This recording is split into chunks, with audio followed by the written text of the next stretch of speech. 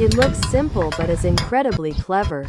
Open mouth base without the need for modern machinery. A farmer simply repurposed a few old plastic bottles into a wind-powered spinner. The resulting movement and noise scare away birds, protecting the crops. A small idea, yet it showcases the farmer's remarkable creativity and ingenuity. Seedling hands clapping discarded items, transformed by skillful hands into bodyguards for the entire vegetable garden.